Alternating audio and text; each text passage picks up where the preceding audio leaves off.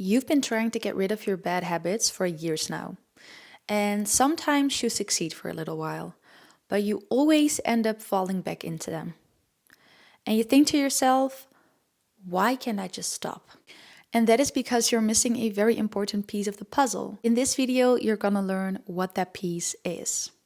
By the end of this video, you'll understand why it's so hard to stop your bad habits, what mechanisms are driving these unwanted behaviors, and how to let go of them, not through force, but by better understanding yourself. Let me start out by saying this. The reason why you haven't been able to stop your bad habits yet isn't because you're lazy or weak. It's actually because these habits are fulfilling a need. They are ways in which your nervous system learned to deal with stressful situations or negative emotions, and they've helped you feel safe. And maybe at one point in your life, they were actually necessary because they were the only tools that you had. So your bad habits aren't the enemy. They served a purpose, and now they are clues that can point you to your unmet needs. And I have good news for you because you can outgrow them, not by punishing yourself, but by listening to what they're trying to tell you. I've also had my fair share of coping mechanisms and bad habits like overeating, mindless scrolling, overworking, self-isolation, perfectionism, people pleasing, you name them. I'm probably not even remembering all of them right now. For years, I really beat myself up over having these coping mechanisms and bad habits. I felt like I was just too weak, I didn't have enough willpower, not enough discipline, and I felt like if I could just be better, do better, I could finally get rid of them and feel good about myself. But I didn't manage to actually quit them because I was trying to do this just through brute force and willpower. But I didn't actually learn what was driving these behaviors. And I only later learned that I have the tendency to suppress my emotions and avoid them. And overeating, mindless scrolling, they became ways to escape, to avoid.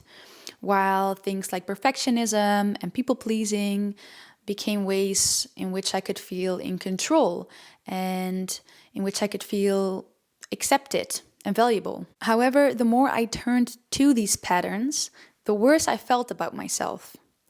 And the worse I felt about myself, the more I needed these patterns to escape again.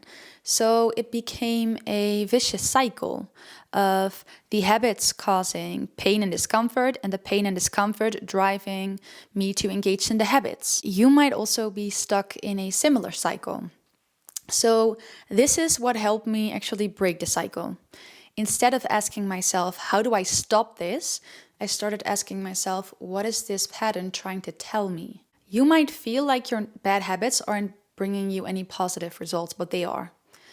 Every behavior that we engage in has a positive intention, otherwise we wouldn't do it. So maybe you scroll endlessly on your phone, not just because you're bored, but because you're trying to avoid difficult emotions, or because being alone with your thoughts for too long causes you to spiral and start contemplating your whole life. Or maybe you overeat not because you love food, but because you're trying to give yourself some comfort and you don't know how else to do it. Or maybe you procrastinate not because you're lazy, but because you're afraid of failing or making a mistake.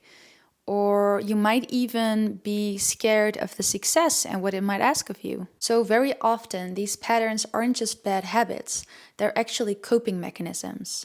They're ways in which our system deals with overwhelm, with negative emotions or stressful situations. These bad habits often give us a short-term relief, but on the long term, they cause bigger problems. And that brings us to the topic of healthy coping. So we're first going to find out what the need underneath the bad habit is. And we can find this by turning to the body, because our emotions are like a compass. They're trying to tell us what's underneath the surface. Once we learn to listen to them, we can discover what that is. So the next time that you feel the urge to engage in an unwanted behavior, don't respond immediately, pause for a little bit and ask yourself the following 3 questions. What am I feeling right now? What am I trying to escape or avoid? And what do I actually need right now? In this way, you're interrupting the cycle, not with judgment, but with curiosity and compassion. So I will give you an example of my own life. I very often noticed that while I was working, I got up to get food, even when I wasn't hungry. And it usually wasn't like healthy food. It was usually some type of comfort food. And I got really frustrated with myself. I was like, why do I keep getting into this pattern? Why do I like keep snacking throughout the day? But I wasn't aware of why it was happening.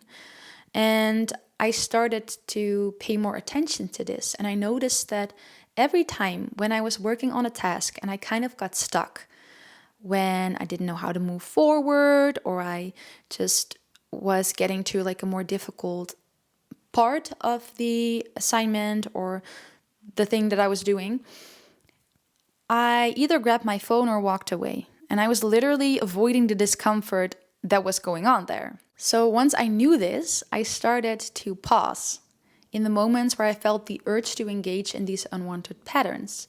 And I asked myself the 3 questions I shared with you before. Very often, this was actually already enough to break the cycle. Sometimes I just been working for too long and my mind was getting a little bit fuzzy and I just needed to go for a walk or do something else for a little bit. Sometimes I just needed to create some clarity on how I could move forward or maybe ask for help. Sometimes I just needed to kind of push through the resistance I was feeling because it was something I never did. That's why I wasn't sure if I could do it. So I felt just a little bit of resistance that I needed to just move through and let myself be in that emotion. Notice that beneath every unwanted behavior, there's a feeling. And beneath that feeling, there's a need. And when you stop and listen, you can actually uncover what that need is and give it to yourself directly in a healthy way. So this all starts with self-regulation, which is being able to pause, feel what's going on in your body, and then respond to that with intention instead of on autopilot. But most of us were never taught how to do this. We just learned how to push through, suppress, avoid, just be fine, just act fine. So self-regulation is about creating a space between the urge and the action, and learning how to listen to your body and sit in the discomfort so you can give yourself the time to actually respond intentionally instead of just escaping or like reacting automatically. And this is not about never feeling bad again, never feeling uncomfortable again, but it's about developing the emotional capacity to stay in these feelings and move through them so they don't control your behavior anymore. So let's bring this all together. Bad habits are not the enemies. They're actually serving a purpose. They're trying to protect you. That's why pushing through, trying to get rid of them with willpower often doesn't work. Because you're not just fighting the habit, you're fighting the part of yourself that's trying to keep you safe. So instead of focusing on just getting rid of your habits, focus on the need that is underneath it. So you can explore new, healthy ways in which you can fulfill this need. And that's because real change doesn't come from fighting yourself. It comes from better understanding yourself. And that's also when letting go of your bad habits stops being a battle and starts being a doorway to healing.